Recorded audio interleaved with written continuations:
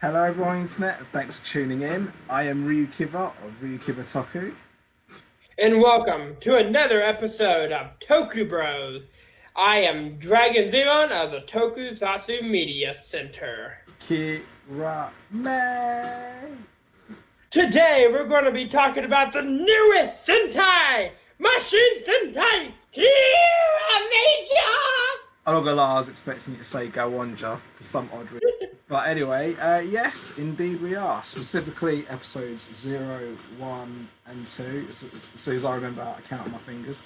Yeah, so episodes 0, 1 and 2. I believe it's quite an unprecedented move that they released a movie to go along with, I believe it was the Reiwa First Generation movie or something. As well as the Lupin versus Pat versus Ryuko. Oh yeah, it was, wasn't it? Because I forgot that. Yeah, like that's never happened before at all. Like I don't think they ever released two Sentai movies at the same time. Well, it's specifically like an episode 0 because I believe they had like an episode 0 for Kamen Rider Drive and maybe but that was a hyper battle video. No, they did an episode 0 for Drive. And then the others, no, because it wasn't because they had a separate hyper battle video as well, though. No, Drive had like 4 or 5 hyper battle videos. There you go, but no, they did have a specific episode 0 as well, though. With the Proto Drive. Anyway, but ironically, they are both vehicle themed, so I'm not too sure if that's a coincidence or not. It actually looks pretty interesting. Like I liked what the vehicles look like. It's kind of like, I don't know, I get a lot of Go Buster vibes from the mecha. Right, itself. We will talk about the general vibes of the actual series in a moment, but let's start by talking about episode 0 itself. I mean, again, so there are going to be spoilers for anyone that hasn't seen 0, 1 and 2.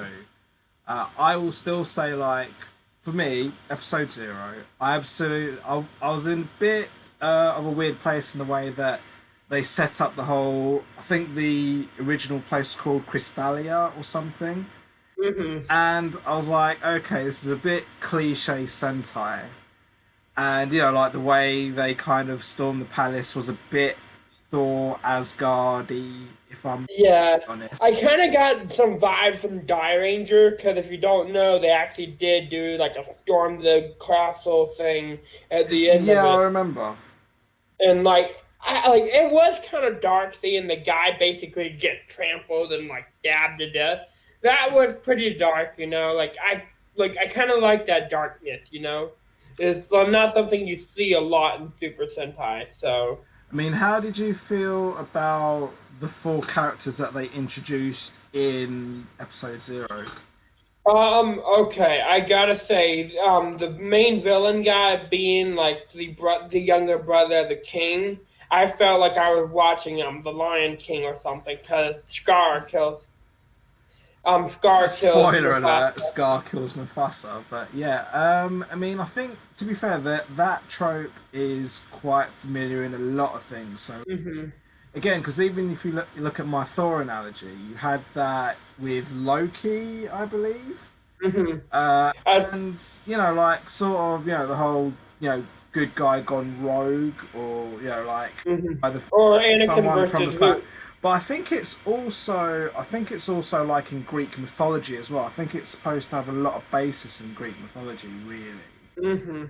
As is Thor, I guess. But then, like, kind of coming to my question though, like the 4 that they introduced in this manner, I did feel it was a bit rushed and a bit random. Agreed. I do wish they would explore it a little bit more of Crystalia, maybe have it have been at least 40 minutes or so. I think that would have been. Bearing in mind, because on one hand it was an episode 0, so it was kind of like your prelude. It didn't have to be too intense, and a certain amount of time. But maybe if they'd have given themselves more time, they could have done something a bit more special. I mean, think about because again, the way they kind of brought. I don't even know the names. Mushina or whatever her name is.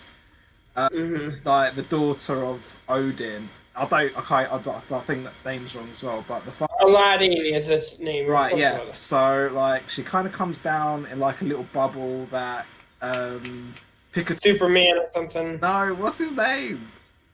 We don't know. Mewtwo?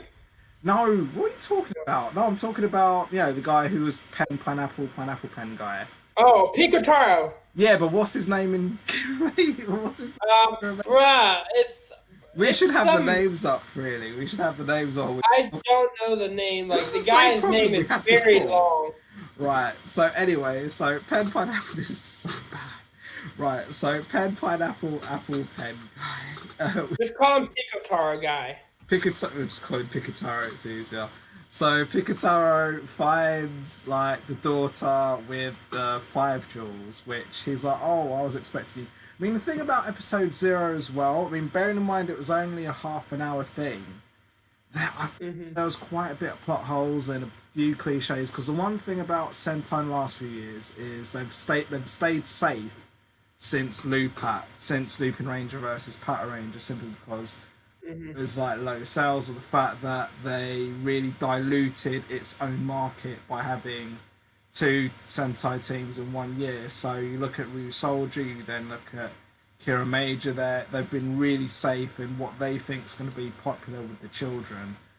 But I think like they've got like a lot of promise, especially with the villains. But again, sticking to the heroes for the moment, like it just felt a bit rushed. It felt a bit random as well. And like we'll talk about episode 1 where they do focus on Red in a bit, but like I like the way you had like again the good guy gone bad. He then stuck a moon on his head. Moon Man from McDonald's. I think that's an American thing, right? Yeah, I'll show you the commercial later. Brilliant. So I'll still say it was still a good setup, and like again, very unprecedented move Sentai wise, I think. But okay, let's talk about episode 1. I watched episode 1 and 2 this morning. You watched episode 1 last week, and then 2 today. Right. So episode 1 thoughts. Okay, so we learned that our hero, don't even know his name. His name's Juru. I think his name's Juru, the Red Ranger. Okay, yeah, Juru. Or Kirameiger. Yeah, Kirameiger. Kirameiger is kind of our new Lucky / Takaharu. He's very happy-go-lucky, and had a very strong imagination. And I've been reading like stuff that he might have been autistic or something, because he's kind of antisocial and whatnot when it comes to... As in the character or the actor? The character. Right, okay. Because he's not really like social, He doesn't really... I think it's probably more they want him to be the eccentric. They wanted him to be the loner. Because again, like actually jumping back to episode 0, like so I guess we're going to be jumping between all 3 episodes that we're talking about. Episode 0, you had like the setup of the girls kind of teasing him, and the girl was like, "Oh, draw me," and then it's like he just ends up in his own little world, which is beyond eccentric anyway. So, I mean, like again, I think it's probably like when it comes to as the 45th team, like almost anniversary, because I mean, even before talking about the homages that they've done. Like me, I was getting Go-Go 5 vibes. I was getting Tokuja vibes. Tokuja, especially with the imagination and like... Yeah, exactly. I was getting that, like... I like Tokuja. And then they did the Lupin Ranger versus Pata Ranger homage to it as well, if you noticed, when they were reading the manga. Oh yeah. They're the 3 little like the heroes and whatnot. Yeah. So and there was a couple of others that I noticed while I was watching, but my mind's gone completely blank at the moment. So, again, they are setting themselves up as like a sort of homage to different Sentai for some very odd reason. But then, like, I was getting, not just, like a lot of Go-Go 5 vibes for some odd reason. But then, there were comparisons to Car Ranger. There were comparisons to Go Sager. I mean, like, You look at Ryu Soldier, which was last year's Sentai. They were all on the level. You look at Lupin Ranger, all on level. You look at Pattern Ranger, it was like the pink had a little bit more seniority, or like it was red and pink that was senior and green was the rookie. But then before that, what was before Lupin Ranger vs Pat Ranger? Kyuranger. So like Kyuranger again, they were mostly rookie, or I think you had like a few, like there was a mix. 4, I think, yeah. But again, but even then, like Lucky wasn't the most experienced of the team. I mean, like I think about some of my stronger favorite Sentai, like Bokenja. I think of maybe even Go Ranger. I mean, because to be fair. Because Go Ranger was kind of neither here nor there show-wise, but yeah, I'd say like I always do prefer my more experienced Reds, so like Akashi from Bokenja, but then I will think, the rookie Red is very overused. So like even though my favourite is Time Ranger, that was a rookie Red, Deca Ranger, rookie Red, Magi Ranger, rookie Red. It's kind of like I'm not too sure.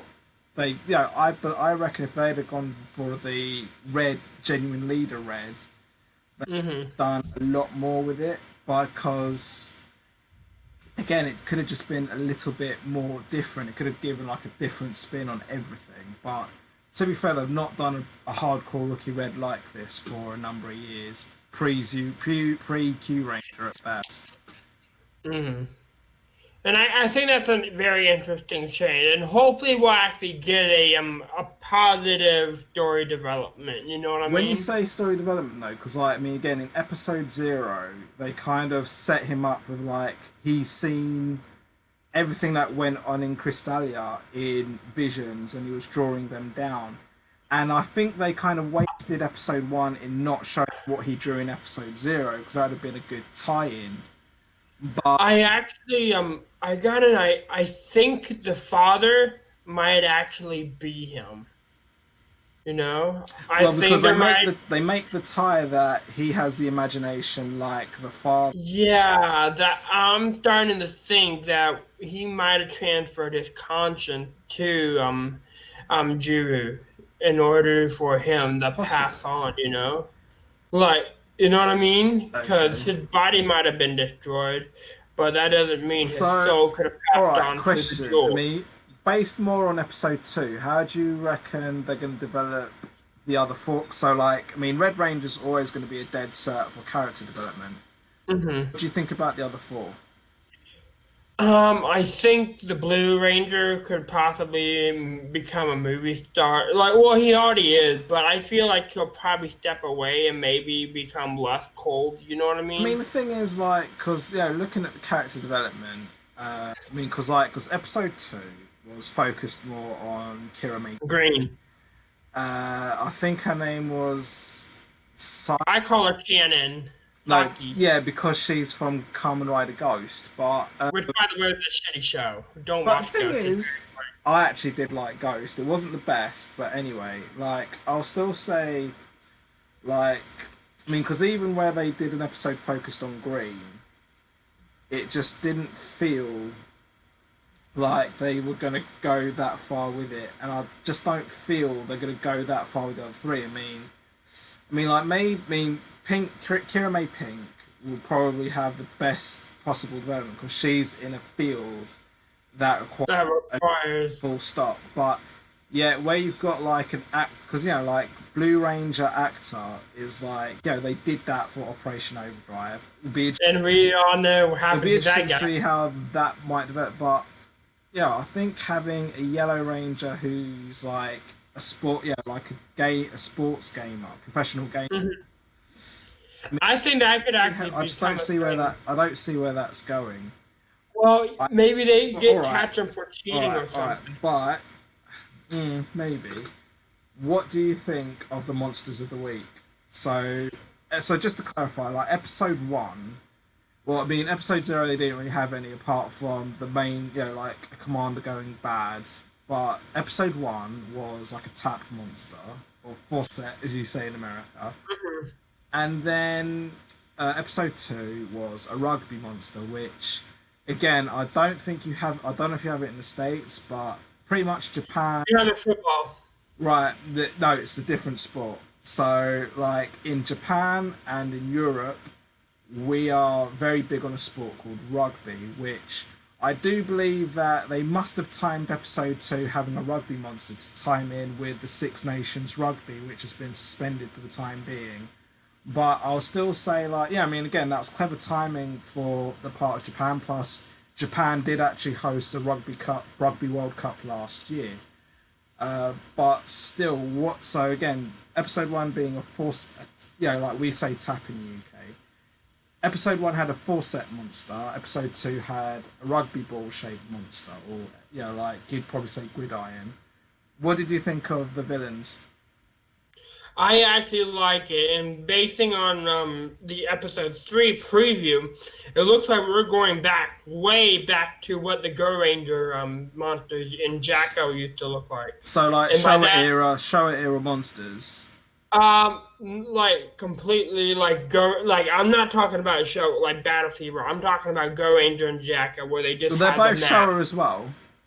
Yeah. Yeah, well, because it's ironic. Like, it's ironic that Gekiranger and Jacko weren't considered to jump into Kamen Rider. Kamen Rider have gone way into like Showa era style monsters with a futuristic twist, in my opinion. And so, even though I'm not familiar with Showa Sentai, it is quite interesting. So like I would have seen like anniversary episodes of like. The monster of the week being like a baseball, that kind of thing. Baseball mask. Right, yeah. So like I am familiar with monsters of the week from Showa Sentai, just from like seeing different bits. But to me, definitely, I mean, not only did it have a Showa Sentai feel to me, based on my limited knowledge, but I'm also I'm somewhat versed in Ultraman. And for me personally, I felt that, I mean, especially like at the end of episode 2 where you had like this big thing with like a hook mouth come out. That had a very strong Ultraman vibe to me. The kaiju in general, I actually thought they were actually reusing a monster suit from Subaraya. I mean, because like they only do that once every so often in Sentai. So like maybe Time Ranger, Gekiranger, Green Soldier, and like Go Busters, where they have like a generic giant that could be like partially influenced by whatever the monster of the week is. I'm trying to the designs. I mean, because I thought the designs were very retro and Showa. Very retro, but it actually fits it. We need to go back to simple. Maybe it's a better budget, because I know they're doing it because they ran out of budget. You know what I mean? They always run out of budget. Yeah. Yeah, they always make jokes about how they run out of budget. It's a joke. The toy sales will not go for the roof. But the thing is, like, I mean, the one thing that I am a little bit worried about is, because you look at Kyuranger, you look at Luffy, Pat, they were both being original. And, because even before that, you had Tokuja. You had, I mean, because, alright, fair enough, Zyuohger wasn't very original. And you had which was just basically... it's another anniversary, kind of not just of Ninja Sentai, but of the whole franchise year-wise, and then Zyuohger was series-wise. And yet, I'll still say that they're playing it safe, and I think considering they're playing it safe, it's not too bad. It's not bad, but again, I'm getting these Go-Onja vibes, I'm getting these Go-Seija vibes, I'm getting these Go-Go 5 vibes, I'm getting... what was the other one? Tokuja. Yeah, of course. Yeah, Tokuja. So, alright, so kind of wrapping up this episode, what did you think of the music? Oh my god. I think we have a big hit today. I think we have a big hit in the Sentai theme because I've been listening to the ending theme for quite a while, and it's only the TV side version. I'm a Kiva. See, I've got to be honest with you, because you've been talking about it to me for quite a while, and that's fine because I know you're quite enthusiastic. But I've got to be genuinely honest. I'm not too hot on it. I will say, like, to me, the OP was very Go Sager, which is all right. It's a nice, it's a nice vibe, but it doesn't Pack a energize punch. me. It doesn't energize me, like, because to be fair, like, when I think of so going to Ryu Soldier, last year's one, I didn't like it at first, and then I grew to like it. Whereas this OP, I mean, one, I've instantly tied it to sounding like Go Sage, and again, that's my opinion. And then it's like I have heard it several times since the press release, and still not like meh, like so. I'll be surprised if I do start liking it. The thing about the end theme though is right. So two things for me is one, it is very Go Buster. No, not Go Busters. Go Onja. It's very Go Onja in its vibe to me. When I think about Go Onja, when I think about Zyuoja, and Kirameiger is obviously in this group as well, is when they do lyrical content and dances that relate directly to each individual ranger. So I don't think it's the ranger. I think it's actually the sword itself. well, whether it's the mecha, I mean, because with Go, I keep mixing the names up. It's Shoyuger. No, with Go Onja, like they would do whole verses like aka aka aka, ow ow ow, Kira. But and then like Zyuoja would be like, oh, mouth of a lion, thing of a shark. So Kirameiger has done exactly this in both its lyrical content and its dance, and it just doesn't gel with me because it's like I'm having to remember each moves of 5 different people. Again, maybe the kids are fine with it, but but over the years I've never been fine with it. Like I absolutely love the Ryu Soldier dance. They didn't have to tie it in with each ranger. They were just singing about dinosaurs. No, they were singing about the carnival. Yeah, they were singing about carnival. You look at Kyuranger, they're just like, I don't know, they were just singing about Q-Tamas. It's right, but this is kind of my point. This is my point. So the fact is, they were just singing about whatever the subject matter was at hand or it was about, and it was enjoyable. But whereas this Kirameiger, it's like, oh, the red one does this, the blue one's like this, the green one's the fast one. It's like, I don't care. But they had the same with Kyoryuger and Zyuoja, where they basically... no, see, I don't really remember Kyoryuger being like that. I do. It went like, Gabu, Kira, Gun, Puber, Power, Saigon... But to be fair, the ironic thing is I'm not that big a fan of the Kyoryuger ending. So that's, again, this is just me. Ironically, I wasn't a fan of the Kyoryuger ending, but, I do absolutely love the Q Ranger ending. I absolutely, like, even the Deca Ranger ending was in, like, even though there was no dance to it, it was pretty good. And, like, and then, like, Go Kaija, which everyone loves. Yeah, the rap thing. The thing is, like, they kind of, it was alright, but then they absolutely overpowered it with talking about every single team. So for me, I'm just not feeling it simply because.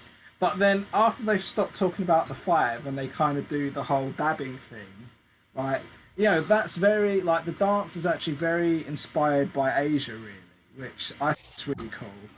So stop singing about the Rangers themselves, and they start like the Asian dancing. I think that's pretty cool, but otherwise I'm not a big fan of it, to be honest. Well, I think it's supposed to be like a shooting star or something. No, I don't know what it's supposed to be. Or like, no, Kira because it's supposed to be shiny. Yeah, like that, for Kirameiger.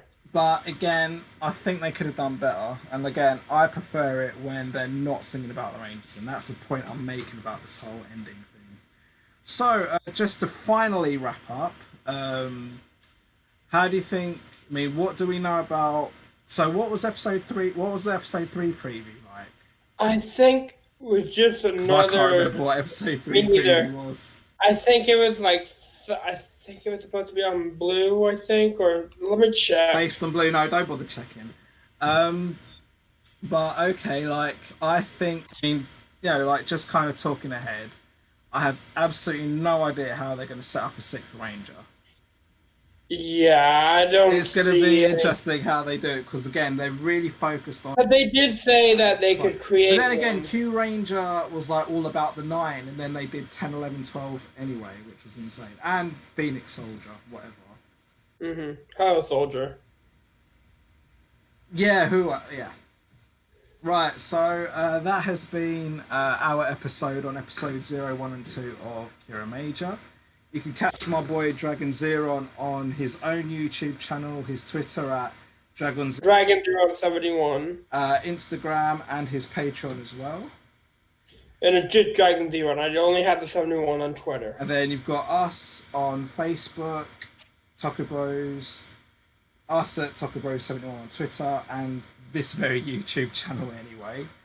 And then myself, where I am on Facebook, Twitter, Instagram, YouTube at RyuKiva Toku, ryukivatoku.wordpress.com for my blog, and I'm also on Patreon as well. And that is our episode. See you. Toku Bros. See you next time.